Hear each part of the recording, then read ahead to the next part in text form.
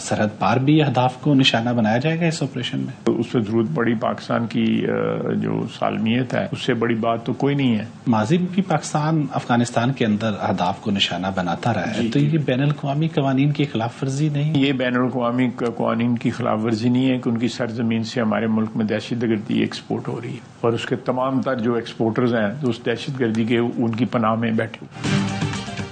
Operation अज़्म-ए-इस्तेहकाम में सरहद पार दहशतगर्दों की पनागाहों को निशाना बनाया जा सकता है। मुल्की सालमियत से बड़ी कोई चीज नहीं। वज़ीर दिफा ख्वाजा आसिफ का वॉइस ऑफ अमरीका को इंटरव्यू। बोले, अफगानिस्तान में दहशतगर्दों की पनागाहों को निशाना बनाना आलमी कवानीन की खिलाफ वर्जी नहीं। वहां से पाकिस्तान में दहशतगर्दी एक्सपोर्ट हो रही है। जल्दबाजी में फैसला नहीं किया। ऑपरेशन पर अपोजिशन से बात करेंगे। वज़ीर आला KP ने ऑपरेशन अज़्म-ए-इस्तेहकाम की मुखालफत नहीं की। सियासी जमातें अपने मुफादात के आगे हुकूमती फैसलों को स्पेस नहीं देना चाहती। ऑल पार्टीज कॉन्फ्रेंस भी बुला सकते हैं। माजी के ऑपरेशन कामयाब रहे। अफवाज पाकिस्तान सबसे बड़ी स्टेक होल्डर्स हैं।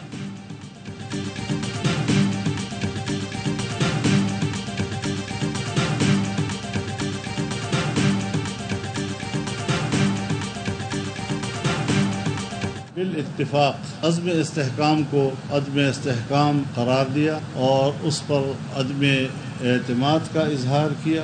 अमन के हवाले से सूरत हाल इस वक्त बहुत गंभीर है। कबाइल को भी ऑपरेशन अज़्म-ए-इस्तेहकाम कबूल नहीं। मौलाना फजलुर रहमान का ग्रैंड कबायली जिरगे के बाद मीडिया से गुफ्तगू। कहा, रियासत उजलत में फैसले कर रही है। माजी के ऑपरेशनों में कबायलियों का मौशी कत्ल किया गया।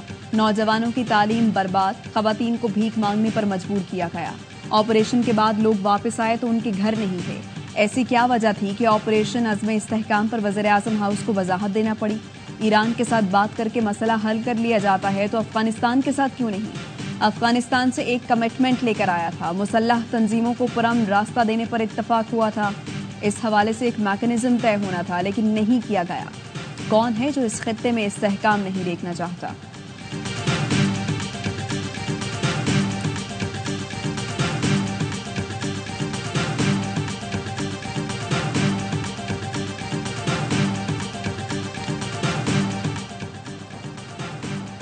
उमर अयूब PTI के सेक्रेटरी जनरल के ओहदे से मुस्ताफी हो गए। बानी PTI के नाम इस्तीफे का खत ट्वीट कर दिया। लिखा, बतौर अपोजिशन लीडर पार्टी के सेक्रेटरी जनरल के ओहदे से इंसाफ नहीं कर पा रहा। 22 जून को खत लिखा। शिबली फराज ने बानी को मेरा पैगाम पहुंचा दिया। इस्तीफा कबूल करने पर बानी का शुक्रगुजार हूं। बानी PTI की हिदायत पर पार्टी के तंजीमी ढांचे में मजीद तब्दीलियां की जाएंगी।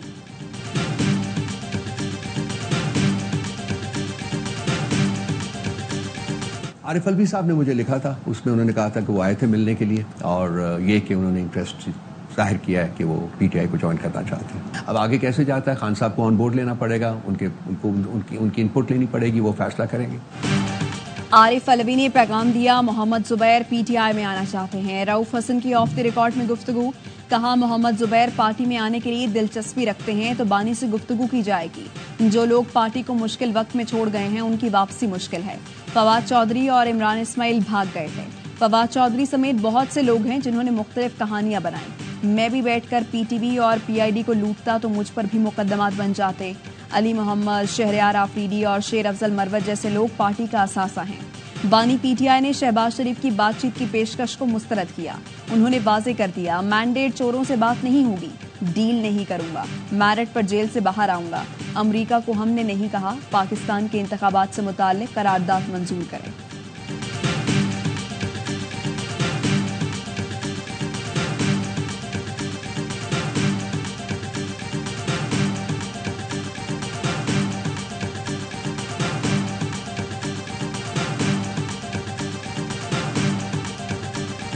केस में सजा मौतली की दरखास्तें मुस्तरद। बानी PTI और बुशरा बीबी की सजा बरकरार। 10 सफात पर मुश्तमिल तहरीरी फैसला जारी। अदालत ने कहा, मुल्जिमान के पास सजा मौतली का कोई जवाज मौजूद नहीं। बुशरा बीबी का खातून होना सजा मौतली और जमानत पर रिहाई का जवाज नहीं। दरखास्तें मुस्तरद की जाती हैं। सजा मौतली या जमानत पर रिहाई की दरखास्तों पर मुकदमे के मेरिट्स पर बात नहीं की जा सकती। दोनों मुल्जिमों को सजा ना तो कलील मुद्दती है और ना ही सजा का ज्यादा हिस्सा भुगत चुके हैं। एडिशनल सेशन जज मोहम्मद अफजल मजोका ने 25 जून को फैसला महफूज किया था। निकाह केस में बानी और बुशरा बीबी को 7 साल कैद की सजा सुनाई गई थी।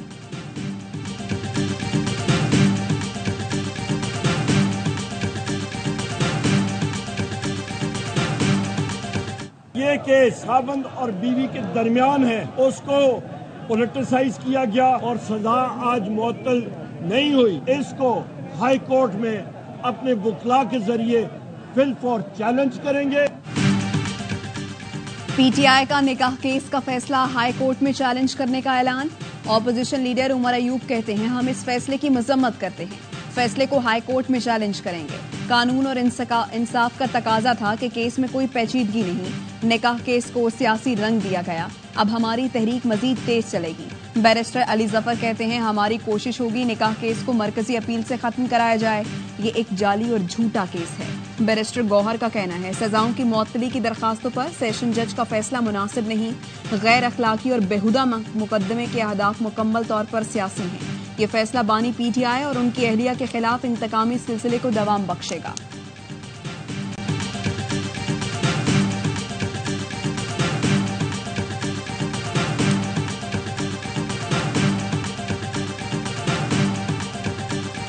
इमरान खान का हमेशा सोच वो ये है कि मैं हूं तो ये मुल्क है। आज भी इस फैसले के बाद वो सोच कि पाकिस्तान को तोड़ने की सोच, पाकिस्तान को आग लगाने की सोच। फैसला खिलाफ आया तो उनके होश उड़ गए, उनकी पाकिस्तान को आग लगाने की सोच है। नून लीगी रहनुमा दानियाल चौधरी की पार्लियामेंट के बाहर गुफ्तगू, कहा इस मुल्क को बानी पीटीआई ने बहुत नुकसान पहुंचाया, ये सोशल मीडिया के वजीर आजम हैं, अवाम ने मुस्तरद किया, ये जो मर्जी कर लें, मुल्क बेहतरी की तरफ जाएगा, महंगाई बेरोजगारी में कमी आएगी, स्टॉक मार्केट ऊपर जाएगी।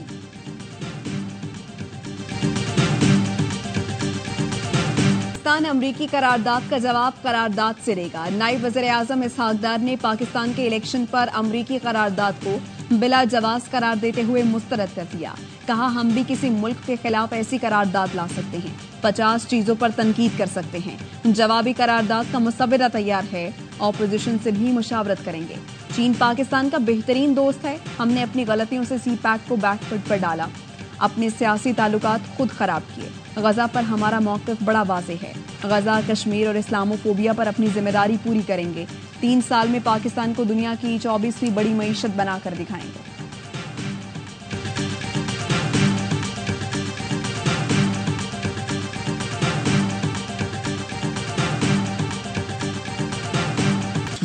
थ्रू आउट अपने आप को पीटीआई का डिक्लेयर किया, बिल्कुल उसने सर्टिफिकेट्स भी दिए, बिल्कुल उसने विड्रॉल भी नहीं की जी। आपने इसको अदर देन पीटीआई कैसे ट्रीट? सर ये 13 को उनसे कहना पार्टी एफिलिएशन सर्टिफिकेट ले आओ, how could they bring it when the party could not contest the election? Absolutely, we don't want to eliminate PTI from the electoral fray.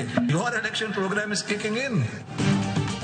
Election commission ने फैसले की गलत तशरीह करके अहम पार्टी को इंतखाबात से निकाल दिया। पीटीआई को इलेक्शन से बाहर करके आर्टिकल 17 से इन्हिराफ किया गया।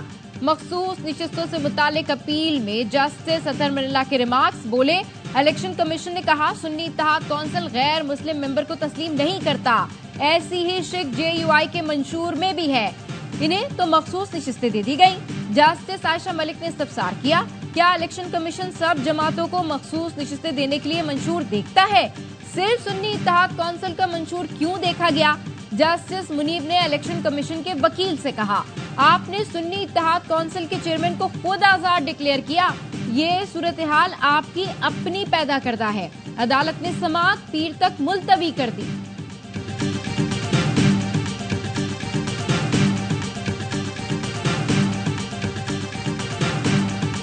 शादी करना चाहे उसकी अपनी चाहत है, लड़की को भी रजामंद होना चाहिए, तो दोनों बातें होंगी ना।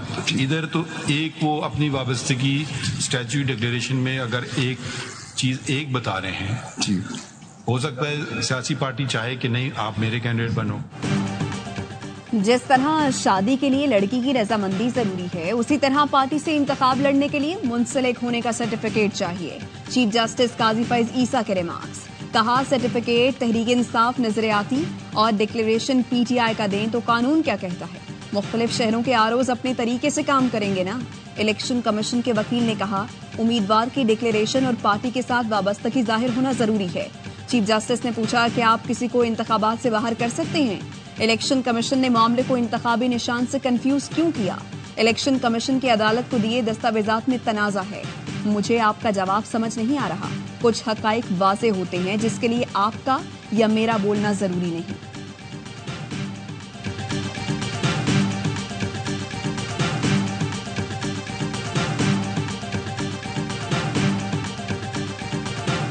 कराची वालों की दुआएं रंग लाई। तवील और शदीद गर्मी के बाद बादल बरस पड़े। नाजमाबाद साइट एरिया समेत कई इलाकों में मूसलाधार बारिश। गुलशन इकबाल में भी बरसात। मलीर, गडाप और बहरिया टाउन में भी बादलों ने रंग जमाया।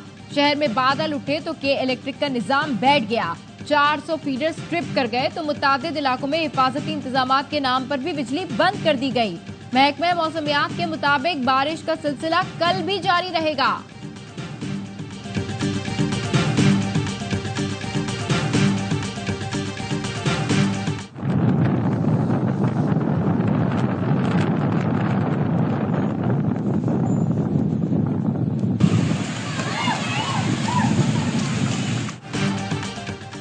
सिंध के मुख्तलिफ शहरों में भी प्री मानसून का आगाज। मौसम खुशगवार। टंडो अल्लायार और गिरदोनवाह में मिट्टी का तूफान आया, साथ में मूसलाधार बारिश भी लाया। कई दिनों से जारी गर्मी और हब्स का जोर टूट गया। सांगड़ की प्रू में तेज हवाओं के साथ बारिश। नवाबशाह के गिरदोनवाह में मिट्टी का तूफान, कई दरख्त और साइन बोर्ड गिर गए। हैदराबाद में भी ठंडी हवाएं चल पड़ी।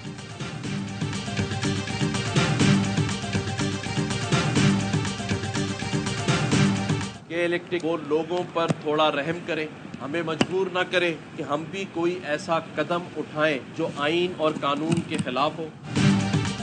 नेप्रा का कराची में हालिया बिजली की लोड शेडिंग से अमवात का नोटिस। के इलेक्ट्रिक के खिलाफ तहकीकात का आगाज कर दिया। गवर्नर सिंध कामरान टिसोरी कहते हैं कि इलेक्ट्रिक अपना किबला दुरुस्त करे। शहर में बदतरीन लोड शेडिंग की जा रही है। ऐसा कदम उठाने पर मजबूर ना करे जो आईन और कानून के खिलाफ हो। जमात इस्लामी ने लोड शेडिंग के खात्मे के लिए सिंध हाई कोर्ट से रुजू कर लिया। कहा कि इलेक्ट्रिक को हीट वेव में बिला तातुल बिजली फराहम करने की हिदायत की जाए।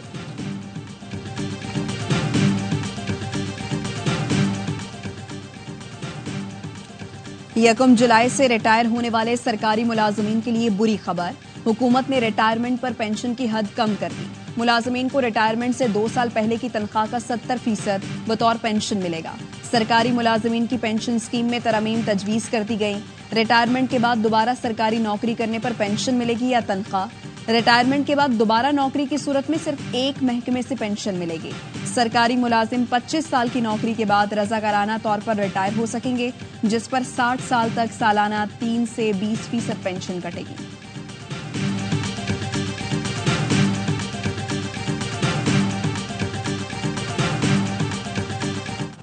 भी फौजी ऑपरेशन की हिमायत नहीं कर सकते। ये फौज और आवाम के दरमियान मजीद दूरियां पैदा करते हैं फौजी ऑपरेशन। आप लोगों को बिजली दीजिए, आप लोगों को गैस दीजिए, आप लोगों को पानी दीजिए, आप लोगों के ऊपर से टैक्सों की भरमार को हटाइए। जालिमाना टैक्स का निजाम नहीं चलेगा। हुकूमत होश के नाखून ले और अवाम को रिलीफ दे। अगर किसी ने कौम की रहनुमाई ना की तो अनारकी फैलेगी। अमीर जमात इस्लामी हाफिज नईमुर रहमान का लाहौर में हाई कोर्ट बार एसोसिएशन की तकरीब से खिताब। कहा, ये मुल्क इस तरह नहीं चलेगा। अपनी बरात कम करो और गवर्नेंस बेहतर करो।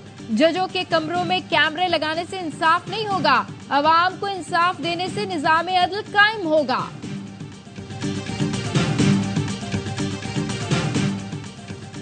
बजट किसी तौर किसान दोस्त नहीं। गंदुम दरामद स्कैंडल में मुलव्वस मुल्जिमान के खिलाफ कार्रवाई नहीं की गई। असद कैसर का कौमी असम्बली के बजट इजलास में इजहार ख्याल। कहा, वजारत फूड सिक्योरिटी अपनी जिम्मेदारियां पूरी करने में नाकाम रही।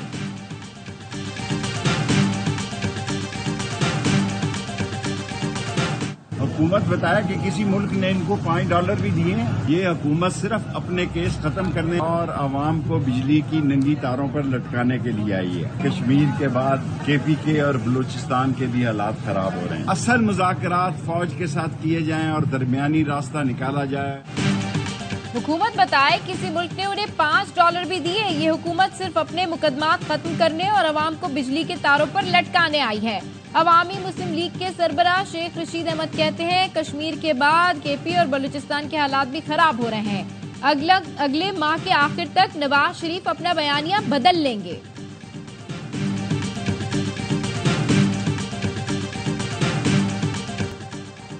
T20 वर्ल्ड कप में टीम एक होकर नहीं खेली। कौमी टीम के सीनियर मैनेजर वहाब रियाज ने वर्ल्ड कप पर अपनी रिपोर्ट पीसीबी में जमा करा दी। जराए का कहना है रिपोर्ट में टीम की खराब कारकर्दगी के असबाब बयान किए गए हैं। रिपोर्ट में कहा गया है कि अमेरिका और भारत के खिलाफ मैच जीतने चाहिए थे।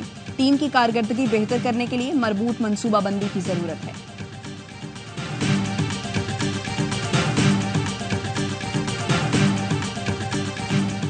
भारत और इंग्लैंड में फाइनल खेलने की जंग। भारत की पहले बैटिंग, बड़े मैच में भी कोहली का बल्ला ना चला, 9 रन बनाकर बोल्ड हो गए। मैच बारिश के बायस ताखीर से शुरू हुआ। जनूबी अफ्रीका अफगानिस्तान को हराकर पहली बार T20 वर्ल्ड कप के फाइनल में पहुंच गया। सेमीफाइनल में 9 विकेटों से पछाड़ा। मुझे पता है यहाँ 90% से ज्यादा लोगों ने ये मैनिफेस्टो पढ़ा तक नहीं होगा। खैर मुझे ये भी पता है, ये जो लिखा हुआ है ना, चुनो नई सोच को, ये था पीपल्स पार्टी के मैनिफेस्टो का स्लोगन। सिंध हुकूमत ने पता है क्या समझ लिया? पढ़ देता हूं मैं दोबारा। चुनो नई सोच को। सिंध असेंबली में ऑपोजिशन लीडर पीपल्स पार्टी का मंशूर उठा लाए। अली खुर्शीदी ने जाले रहनुमाओं पर तंज के तीर चलाए। कहा कुछ जमातों के मंशूर पढ़े, सबसे बेहतरीन पीपी का लगा। सिंध हुकूमत अपनी क़यादत की ही बात नहीं सुनती, मंशूर के खिलाफ काम कर रही है। अरकान को जो लिख कर दिया गया वो पढ़ दिया। वज़ीर आला मुराद अली शाह ने कहा ऑपोजिशन लीडर समझते हैं हमने कुछ नहीं पढ़ा, तरक्याती स्कीमों पर रकम खर्च करके दिखाएंगे। मानता हूं मसाइल हैं जिनको हल किया जा रहा है। सिंध की असेंबली अपने लीडरशिप के उसूलों के मुताबिक चलती है।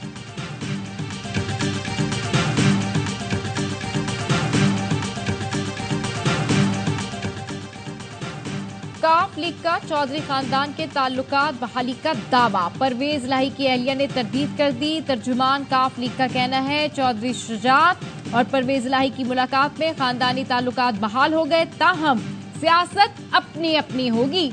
परवेज इलाही की अहलिया खसरा इलाही ने कहा किसी किस्म की कोई खानदानी सुलह नहीं हुई, सब बातें झूठ पर मबनी हैं। चौधरी शुजात के बेटे सारा वक्त हमारे खिलाफ झूठ फैलाने में मसरूफ हैं। परवेज इलाही की रिहाई में चौधरी शुजात का कोई किरदार नहीं।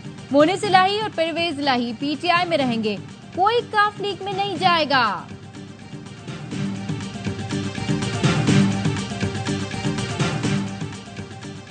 वज़ीर आला पंजाब की ज़ेर सदारत प्लानिंग एंड डेवलपमेंट बोर्ड का इजलास। मरियम नवाज की प्रोजेक्ट्स की बरवक्त तकमील हर सूरत यकीनी बनाने की हिदायत। कहा बहुत काम करना है, तमाम स्कीमों के PC1 15 जुलाई तक जमा करवाएं। प्रोजेक्ट में शफाफियत, मयार और मयाद की मॉनिटरिंग पर खुसूसी तवज्जो दी जाए। गोश्त, झींगों, जानवरों और गारमेंट्स की बरामदात के लिए कंपनी बनाने की हिदायत की।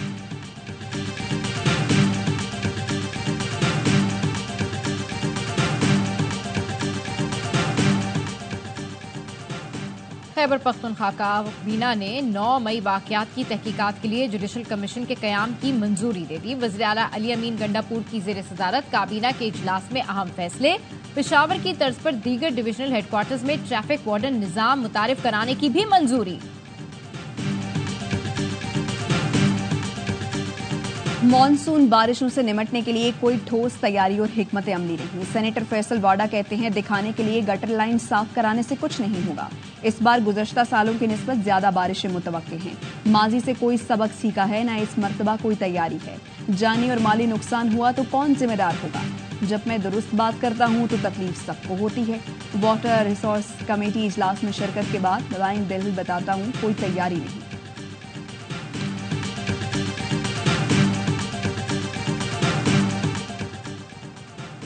सांगढ़ से कराची के एनिमल शेल्टर में मुंतकिल की जाने वाली जख्मी ऊंटनी की बहाली का अमल जारी। ऊंटनी को 3 टांगों पर खड़ा करने के लिए स्ट्रक्चर तैयार कर लिया गया। डायरेक्टर एनिमल शेल्टर का कहना है जख्मी ऊंटनी की 3 टांगों पर वर्जिश होगी। ऊंटनी का जख्म भरने में 2.5 माह लगेंगे, उसके बाद मसनूई टांग लगाई जाएगी। इसराइल की गजा पर आग और बारूद की बारिश। शुजाइया में घरों पर बमबारी से 8 फलस्तीनी शहीद। खान यूनिस और रफाह की खैमा बस्ती पर भी हमले। 24 घंटे में मजीद 47 फलस्तीनी शहीद। 50 से ज्यादा जख्मी हो गए। कमाल उद्वान अस्पताल में एक और बच्ची भूख से इंतकाल कर गई। यूनिसेफ का कहना है मलबे तले दबे हजारों बच्चों की लाशें दबी हैं। मलबा हटाने के लिए मशीनरी नहीं, फौरी तौर पर मलबे हटाने के लिए काम किया जाए।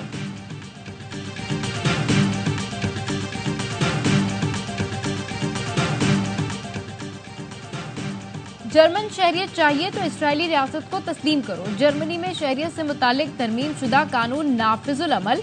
इस्राएल ने जर्मनी पर होलोकॉस्ट का इल्जाम लगाया था। आज इसी जर्मनी ने शहरियत के ख्वाहिशमंदों के लिए इस्राएल की हिमायत करने को लाजिम करार दे दिया। अमेरिका का एक बार फिर भारत में मजहबी आजादी के मसाइल पर तशवीश का इजहार। महकमा खारजा की बैनुल अक़वामी मजहबी आजादी की सालाना रिपोर्ट के मुताबिक भारत में मसीही और मुस्लिम बरादरी के साथ नारवा सलूक किया जा रहा है। अक़लियतों के खिलाफ नफरत अंगेज तकारीर, घरों और इबादत गाहों को गिराया जा रहा है। रिपोर्ट में मुसलमानों के खिलाफ दुनिया भर में बढ़ते हुए तासुब पर भी खतरे का इजहार। मकबूजा कश्मीर में भारतीय रियासती दहशतगर्दी जारी। काबिज फौज ने जिला डोडा में मजीद 3 नौजवानों को शहीद कर दिया।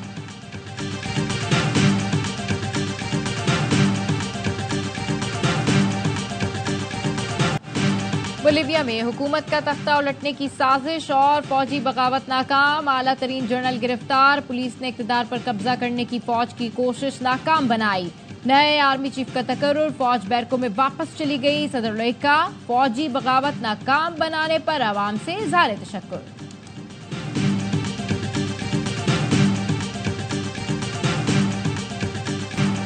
कराची में हजरत अब्दुल्ला शाह गाजी के सालाना उर्स की तकरीबात का आगाज। गवर्नर सिंध कामरान टिसोरी ने 3 रोजा उर्स का इफ्तिताह किया। मुल्क भर से जायरीन की आमद, सिक्योरिटी के सख्त इंतजाम। और अदाकारा मीरा मरियम नवाज की मद्दाह निकली। कहती हैं जिंदगी में उन्हें मरियम नवाज ने बहुत मुतासिर किया है। अपनी शादी से मुतालिक कयास आराइयां मुस्तरद कर दी।